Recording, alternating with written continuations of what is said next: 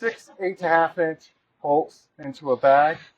This could be a longer funnel for easier hand heat. Get your hand in here and drop them in. This is a semi-automatic operation. So right now bolts are in there. Step off foot start. Next bag. Up and lift up. Step on it. Another 3 bolts.